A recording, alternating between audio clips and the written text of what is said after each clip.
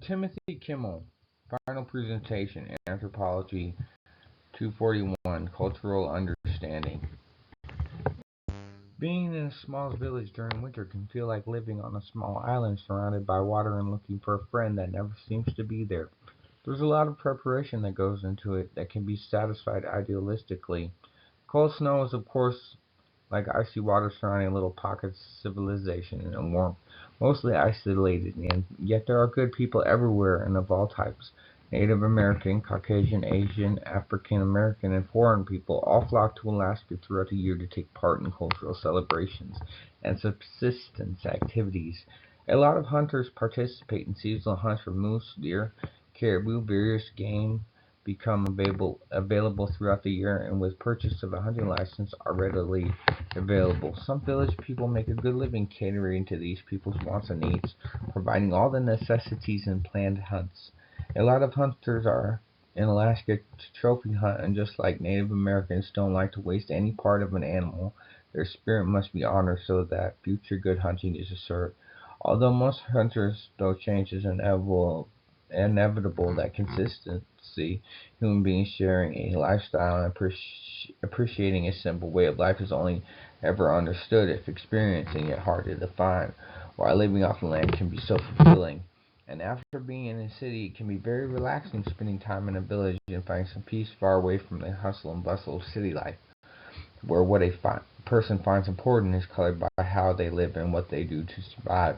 Being close to nature is breathing fresh air and sometimes feeling like you could be the only person around.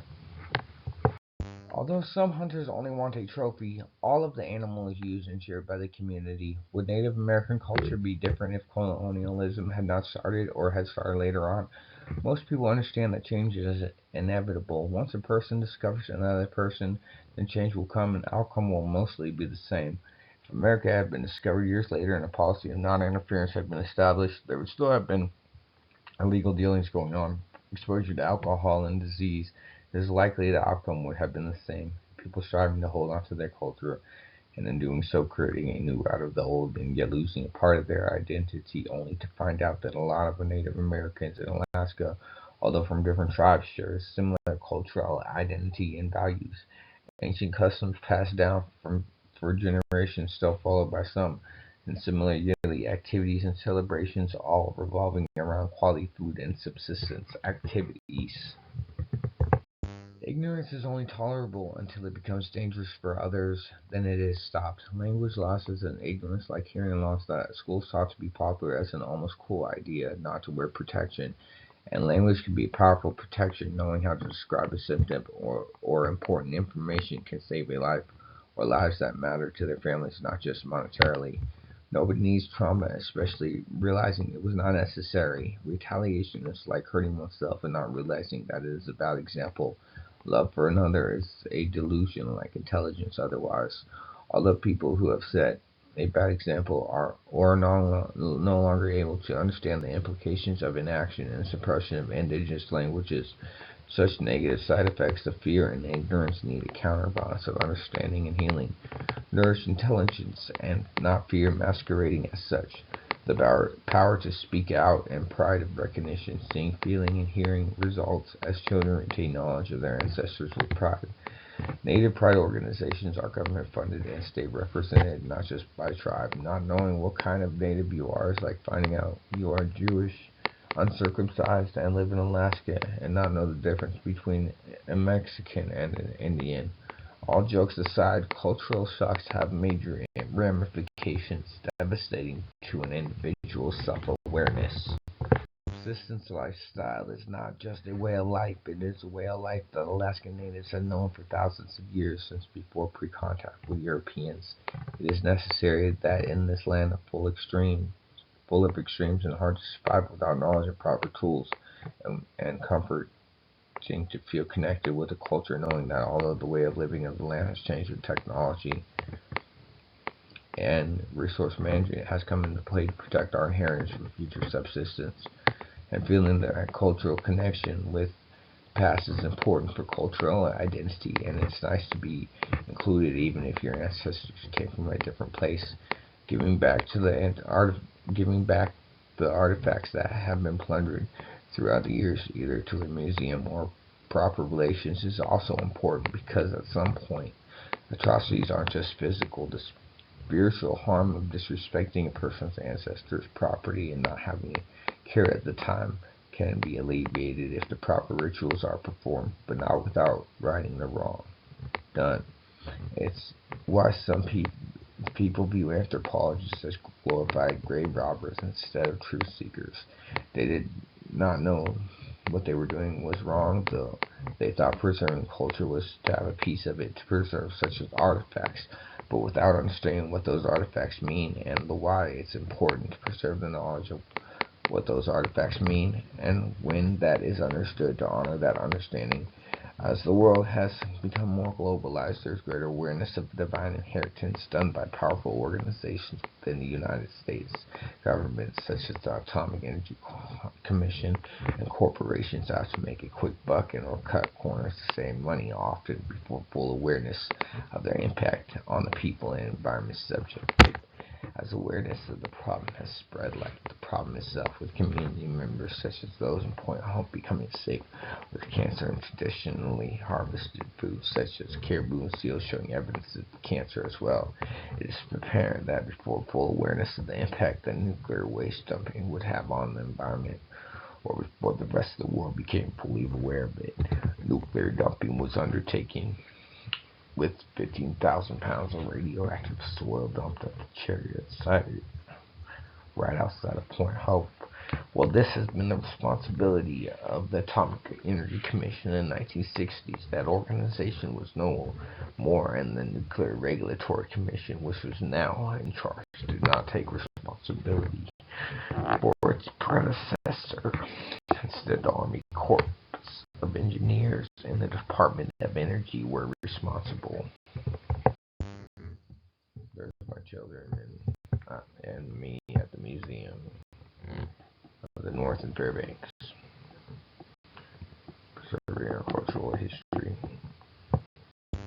It was all swept under the rug as soon as the powerful organizations responsible became aware that there would be consequences from nuclear dumping. They didn't just stop and clean up their mess. Instead, they made the mess anyway and let the local inhabitants find out the hard way through sickness and loss the consequences of a responsible nuclear byproduct disposal. After it was established that there was indeed a problem, the Department of Energy spent $1 million cleaning up the contaminated soil, understanding the consequences of the technology, not just for the present, but for future generations, and the importance of mitigating their negative impact on the environment. And local citizens must be of most importance to an organization. Getting away with it should not be the goal, rather prevention, with an understanding that sound business practice involves a sacred trust that can never be repaired, that when broken can never be repaired, the consequences being too great to be forgiven. Before harvested foods such as caribou and seals showing evidence of cancer as well. It is apparent that before awareness of the impact that nuclear waste dumping would have on the environment, or before the rest of the world became fully aware of it, nuclear dumping was undertaken with the 15,000 pounds of radioactive soil dumped at the Chariot site right outside of Point Hope. While this had been the responsibility of the Atomic Energy Commission in the 1960s, that organization was no more, and the Nuclear Regulatory Commission, which was now in charge, did not take responsibility for its predecessors, was all swept under the rug. As soon as the powerful organizations responsible became aware that there would be consequences from dumping, they did not just stop and clean up their mess.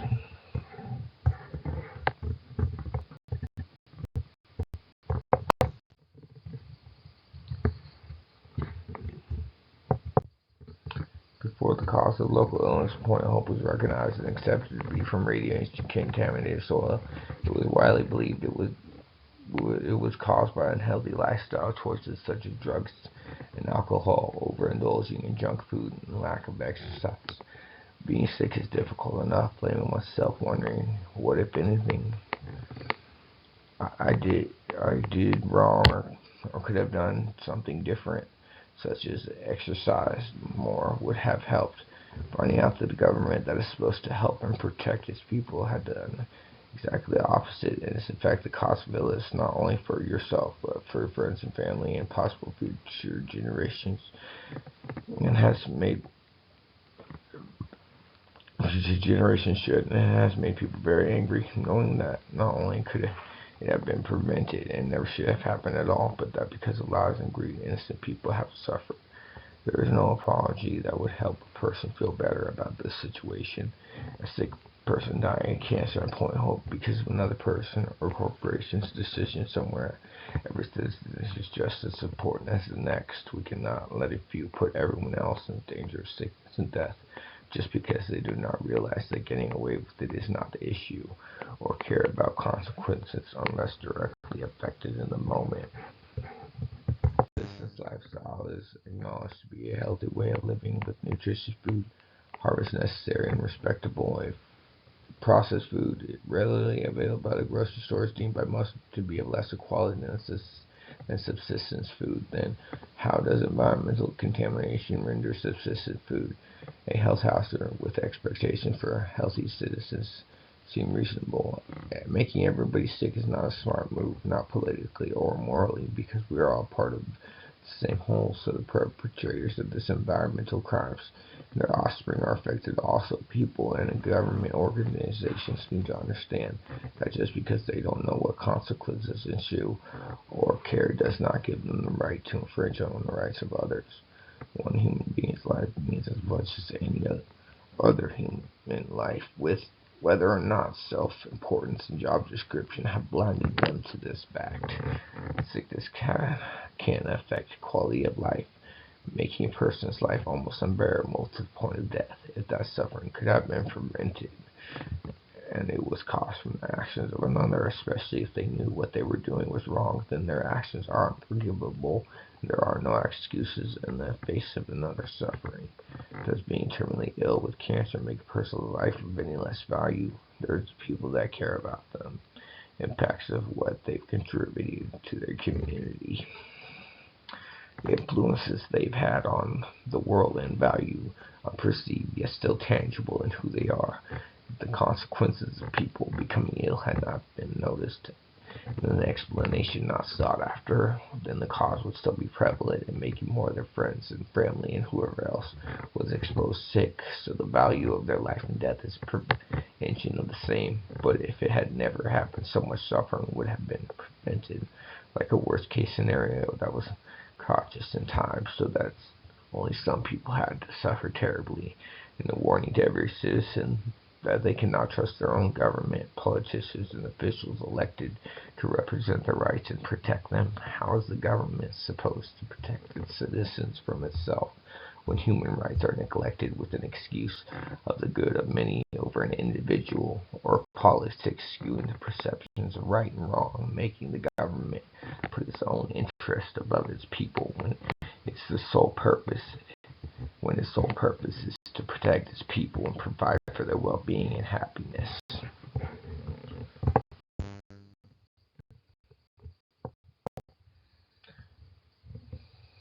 State governments are designed to protect their citizens and represent their rights, and also allocate resources responsibly. It's widely held view that state is supposed to protect its citizens from the unlawful activities of other citizens or illegal aliens, when a state has to protect its citizens from their own federal government wrongdoings. Then it has a worst case scenario that could only be worse if the need was present yet not met. A healthy lifestyle is supposed to lead to a healthy long life. But what if environmental contamination takes this choice into its own hands, and the foods that are supposed to be healthy for us become the cause of our sickness? This is the decision facing many naval askins these days, when partaking on native food is more of a gamble and a search to feel better. The gamut being, is my consumption of traditional food going to be excessively contaminated with poisons and worse for me than market food, or what it is supposed to be an inalienable right? The federal health advisories in relation to metal mercury poisoning are more guidelines, where they focus on education and prevention in terms of assessment and risk. Alaska Department of Health and Social Services Its Division of Public Health Advisory has their level of exposure to methylmercury poisoning as acceptable daily intake 2 to 4 times more lenient than Environmental Protection Agency. They issued a warning finally in wake of an exceptionalism stance for Alaska Native beneficence, beneficence long held as wisdom for popular scientific academia.